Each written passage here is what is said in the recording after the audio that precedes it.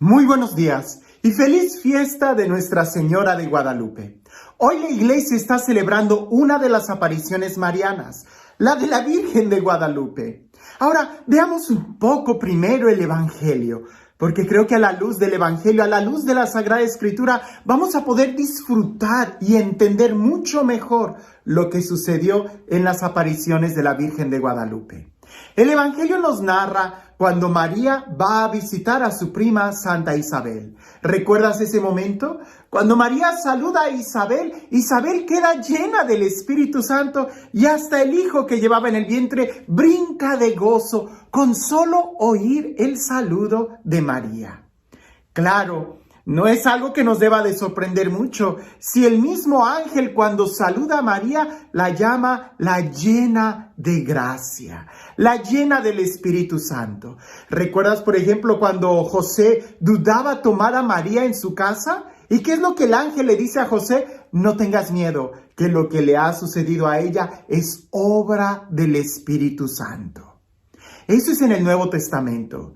Si reflexionamos algunos de los textos del Antiguo Testamento que nos hablan de esas especies de epifanías o de encuentro que algunos han tenido con Dios, recordar por ejemplo a Moisés, cuando subía a la presencia de Dios y que pasaba mucho tiempo en oración, ¿no dice la Sagrada Escritura que bajó con el rostro radiante y que los que estaban ahí se daban cuenta de que él había hablado con Dios? Bien. ¿Qué no decir de María, la madre de Jesús? ¿Qué no decir de esa mujer que como una fiel israelita estaba guardando la promesa y en ella se hizo realidad? Aquellas profecías de antiguo que decían, mirad que la Virgen va a concebir y va a dar a luz a un hijo. Bueno, la misma imagen, pudiéramos nosotros decir así, de María en la Sagrada Escritura, ya nos está hablando de que Dios no abandona a su pueblo, de que Dios es fiel a sus promesas y cuida de todos sus hijos. Ahora, el Evangelio, la buena noticia del Evangelio, no era solamente para hombres de una sola raza, como lo era en el Antiguo Testamento. En el Antiguo Testamento, la fe era solamente para los judíos. Si tú no eras judío, no recibías las promesas de Dios. Pero resulta que en el Nuevo Testamento, en el Evangelio, esas promesas se abren para absolutamente todos. Todos, de toda lengua, de toda raza. Y es ahí donde nosotros podemos ir viendo cómo el Evangelio se tiene que predicar a todas las naciones. Y el Evangelio es la buena noticia de que Dios nos ama, de que tenemos un Dios vivo y verdadero que nos ama. Ahora me vas a decir, bueno, padre, sí, pero háblenos de la Virgen de Guadalupe. ¿Qué es lo que sucedió?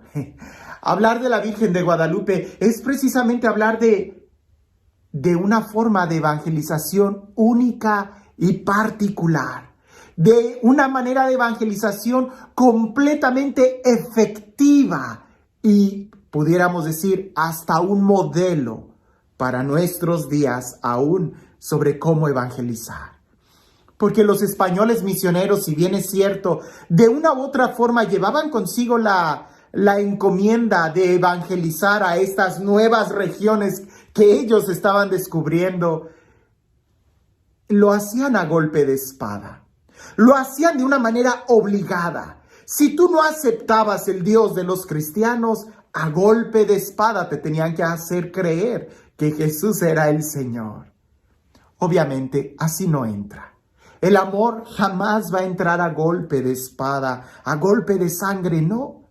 En la Virgen María nosotros vemos que lo que la fuerza de la espada nunca logró convencer el corazón, lo vino a hacer una caricia de un toque maternal en María. Y lo voy a decir de esta manera, ese milagro sigue sucediendo el día de hoy. Pues cada vez que nosotros contemplamos una imagen de la Virgen de Guadalupe, en realidad no estamos contemplando una imagen, es un códice que tiene la figura de una mujer, pero es un códice, mucho menos es una fotografía. Cuando yo me refiero a códice, es que los indígenas, los náhuatl, cuando ellos lo ven, ellos entienden lo que la imagen les está diciendo.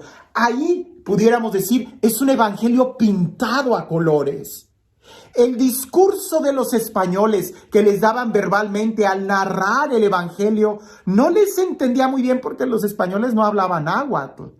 La Virgen María cuando se aparece como una mestiza, como una mexicana y les habla en náhuatl. Es ahí donde ellos sí entienden y logran comprender lo que ella les está anunciando. Eso es importante para nosotros, porque en el lenguaje náhuatl, que cuando lo traducimos al español suena muy bonito, pero pierde la fuerza del impacto. María no se presenta a ella misma. María está presentando a su hijo. María está hablando de su hijo. Y la forma náhuatl como presentan a alguien es precisamente dando un poco de referencia. Es como diciendo, yo soy el mensajero de... María cuando dice, yo soy la madre del verdadero Dios por quien se vive. Entendamos bien esto. María no se está presentando a ella misma. Ella está evangelizando. Ella viene a presentar a su hijo. Y por ahí algunos dicen que la mujer vestida de sol no está en realidad vestida de sol. Está vestida de un manto con estrellas, pero el sol está atrás de ella.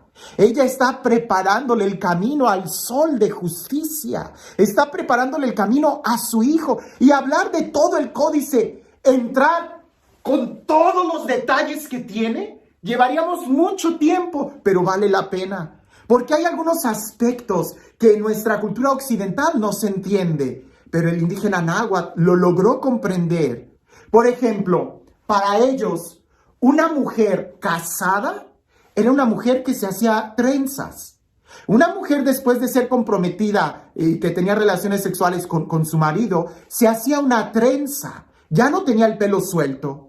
María, si tú la observas, tiene el pelo suelto y con un partido a la mitad, lo que significa que ella es virgen.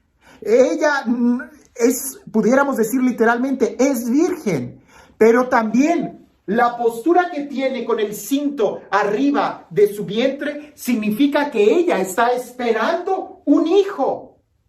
Esa es la mejor anunciación del evangelio, pudiéramos decir, el mejor anuncio del evangelio. La madre tierna que viene a hablar, la madre que trae un mensaje de esperanza, un mensaje de vida, la mujer que va a dar vida, no que la va a tomar, sino que da vida como madre, pero también ella de una manera particular con el mensaje que trae. Otro aspecto importante que pudiéramos ver son el juego de las manos.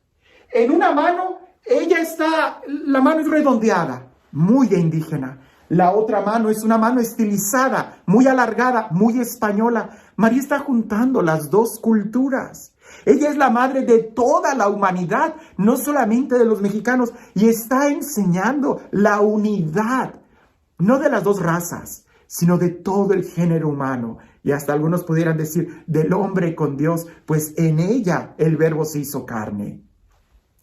Lo importante, y quisiera yo que nos quedáramos con esta idea, el mensaje guadalupano sigue siendo un mensaje nuevo para nosotros. Porque ella al presentarse como la madre del verdadero Dios por quien se vive, está hablando de Jesús. Ella no es Dios, ella es la madre del verdadero Dios por quien se vive y por quien vivimos nosotros. ¿A quién le damos? ¿Quién ha salvado nuestra vida? Jesús. Es Jesús el verdadero Dios. Pero ella viene en un momento para aplacar, para exterminar esos dioses falsos, Quetzalcóatl, Huitzilopochtli, esos dioses que exigían la vida humana. Y ella viene y dice, ya no ellos, sino el verdadero Dios por quien se vive, Jesús. ¿Es que acaso el día de hoy nosotros hemos logrado entender ese mensaje? ¿Es que acaso habrá algunos dioses falsos entre nosotros que exigen la vida humana? Alguien pudiera decir, no, padre, ya ni siquiera tenemos pirámides. Las pirámides son solamente de adorno. Esos templos de sacrificio ya nada más son de adorno para los turistas. Ya no tenemos dioses falsos. Sí hay muchos dioses falsos que siguen exigiendo la vida. Por ejemplo, el dios falso de un estereotipo de belleza. donde se puede entrar en anorexia hasta el punto de morir. El Dios falso del placer, de la drogadicción, que las personas pueden incluso perder su vida y nunca ser saciados. El Dios falso del poder, que buscan cada vez dominar más y explotar más al pueblo. El Dios de la codicia, el Dios de los narcotraficantes que te pide matar gente hasta que no encuentras esa saciedad en la codicia humana. Son dioses falsos. Son dioses que no dan vida. Son dioses que no sacian. Son dioses que lo único que hacen es quitarte la vida. María, con el toque maternal del amor, está presentando al verdadero Dios por quien se vive. Contemplar a María es contemplar el Evangelio que sigue acercándose a nosotros.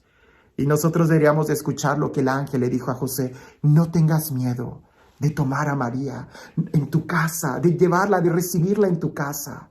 No tengas miedo de dirigirte a ella, dirígete a ella, pues no hay nadie mejor que te lleve a Jesús que María.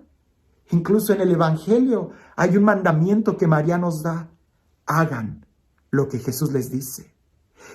Acercarnos a María es de una manera segura acercarnos a Jesús, porque ella nos va a llevar a Jesús.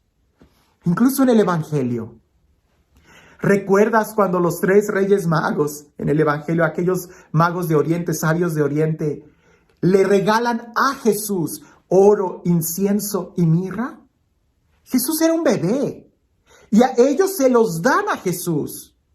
Te pregunto, ¿quién cuidó de esos regalos? María. Y no es precisamente Jesús quien nos deja a María en la cruz para que cuidemos de ella o para que ella cuide de nosotros. Seguramente para que ella nos siga enseñando cómo ser dóciles a Dios, pues incluso en medio de los apóstoles, ella, la llena de gracia, estuvo presente cuando el Espíritu Santo se derramó. El día de hoy no tengas miedo de tomar a María en tu casa y de invitarla a que venga y te hable, que con su toque maternal te muestre quién es el verdadero Dios por quien se vive. Y este Dios, el Dios del amor, el Dios de la vida, el Dios de la paz, el Dios que cumple sus promesas, el Dios que se acerca a nosotros y nos ama hasta el extremo de incluso darnos a su madre como madre nuestra, que sea Él quien el día de hoy te bendiga. En el nombre del Padre, del Hijo y del Espíritu Santo.